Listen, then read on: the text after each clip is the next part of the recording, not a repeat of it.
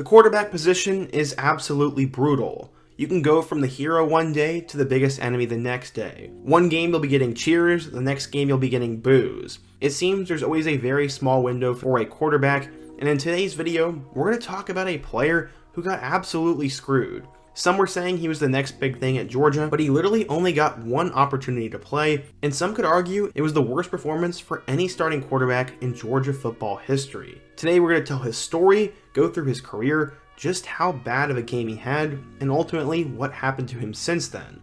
But before we get started, we're on the road to 100K, so quickly be sure to hit that subscribe button, leave a like if you want to support today's video, turn on notifications so you never miss when I upload, and let me know what player, topic, or team I could cover next.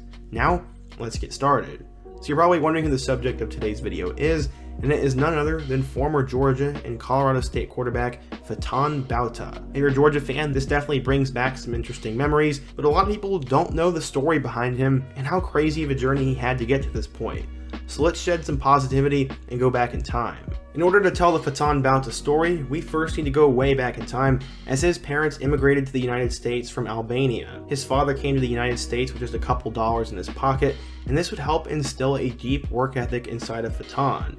He grew up in a small apartment in New York City, with him being one of 6 siblings, and they would all achieve their dreams. His siblings produced. They all earned master's degrees, and 4 of his older brothers played Division I football. They were obviously blessed with good attitudes and good athleticism, and they also were just smart. The parents had a famous Italian restaurant in New York City, and this showed him that hard work makes success and that rags to riches is a real thing. Faton, though, had been overlooked his whole life, as in Little League football, he was always the best athlete on the team and scored most of the touchdowns. He was a running back, and he was supposed to be given his team's MVP award at one of their postseason banquets, but the coach instead never gave him the trophy. The coach ended up giving that trophy to his son, the quarterback. This really irritated Faton, and he always tried to become a quarterback, but he never seemingly got his chance, and even left the sport to play baseball for a while. Except, football would come back into play, as when he got to high school, he ultimately went to Poly Prep, which is located in Brooklyn. That's also where his older brothers went, and he decided to go there because their football coach promised him he'd be the starting quarterback. Instead, he got screwed. He got put as a running back as a freshman. As a sophomore, they thought about transferring, but they once again promised him that their son would start. That did not happen. The same thing happened his junior year, and he became an all-state linebacker. Yes, Faton was a great athlete, and he was obviously good at football, but all he ever wanted was to be a starting quarterback, so his parents decided to help him. In the spring of 2011, they decided to leave the family's successful New Jersey real estate business and move to Florida with Faton so he could play quarterback at Dwyer High School. His mindset was going to pay off.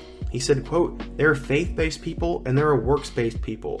You can work hard and believe it's going to pay off, or you can just work and get your results. I've always been a work-based person. I'll never ask God for anything, and I go out there and give thanks for the opportunity to put in the work and get the results. Now, let me make everyone proud by making the most of it." It looks like God would ultimately reward Faton for his loyalty and his hard work, as he became the star his senior year of high school and would start to blow up on the recruiting scene. This was mostly because of his potential, as Bauta didn't really have great numbers. He threw for 1,432 yards and 17 touchdowns. People compared him to Tim Tebow because he also ran for 800 yards and 8 touchdowns on the ground, had a similar build, and they just had very similar games. Schools such as Alabama, Louisville, Miami, Mississippi State, Pittsburgh, Syracuse, UConn, Utah, and West Virginia would all come calling for his talents, but where would he ultimately go? Well, he committed to Mike Bobo and the Georgia Bulldogs, but why them? He said, quote, "I feel relieved to know I'll be a Bulldog. Athens is a great place and a great atmosphere, and I really enjoyed it. Mark Richt is probably the most honest guy I've ever met in my life. He is a very Christian man and lives up to it. The whole Dog Nation is very loyal to the Bulldogs, and Georgia is everything they say it is." Some people compared him to Tim Tebow physically, but according to 24/7 Sports, scouts weren't as high on him.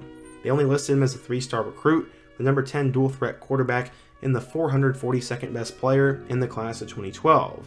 He obviously had some big-time offers, and being in the top 500 is pretty dang good, but how would he actually do when he arrived at Georgia? Bauta obviously arrived in 2012, but he was the 4th-string quarterback. At starter, you had former 5-star, inexperienced player in Aaron Murray, and then the backups were Christian LeMay and Parker Welch. Todd Gurley was the star of that team, and nothing would really change in 2013. Aaron Murray was once again the starter, and Hudson Mason was the backup. 2014 would be the first time that Bauta would get a chance to see the field, and he was put into a three-man quarterback battle. Hudson Mason ended up winning the starting job, but Bryce Ramsey and Bauta would battle it out for that backup spot. Bauta would end up appearing in 3 games, as he'd complete 4 of 5 passes for 48 yards. He also ran the ball 6 times and had 2 scores on the ground. Many were concerned about Bauta as a quarterback, but he obviously had physical talent because he was good at running the ball. This led many people to believe he could never be a Georgia quarterback. He said, quote, "Did it bug me? No, but did it motivate me? Absolutely. Everybody has their doubters, and I don't care who you are, everybody has doubters. All you gotta do is keep your head down and keep on with the process. You just gotta keep an even keep and keep your eyes on the prize." If you remember right, Bauta was always overlooked from the youngest age, and this would continue on. As we headed into 2015, Mason was gone, so there'd be a 3-man quarterback battle. Grayson Lambert ended up winning the job, but Bryce Ramsey was the backup and Bauta was 3rd string. Georgia's 2015 season was weird, as they just had an absolutely horrible passing offense. There were a lot of jokes at the time that Georgia Tech's passing offense was better than theirs, and it was actually true. It got to the point where things were so bad that fans were calling to play Bauta. They had just recently beaten Mizzou 9-6, and just a couple of days before the game, it was leaked that Bauta was going to start against Florida. This came out 1 day before, and whether he was ready or not, he would have to start against a good Gators team. But how would he do? Well, things did not go according to plan.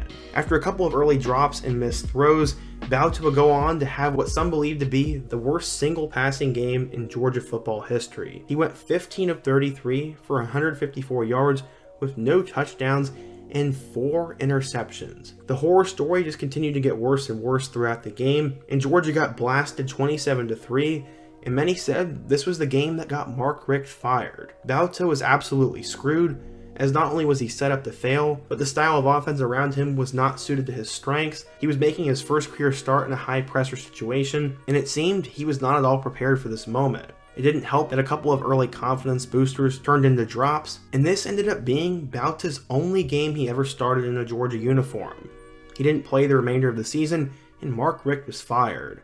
Apparently though, Richt had such high praise for Bauta that even after he was fired, he called him and tried to convince him to stay at Georgia for the Kirby Smart era. Bauta though, by that time, wanted to escape all the negative attention and restart and try to be that guy somewhere else. He ended up entering the transfer portal where he would reunite with Mike Bobo. He was the guy who originally recruited him to Georgia, and after he took the Colorado State job, he would convince Bauta to come over to Colorado.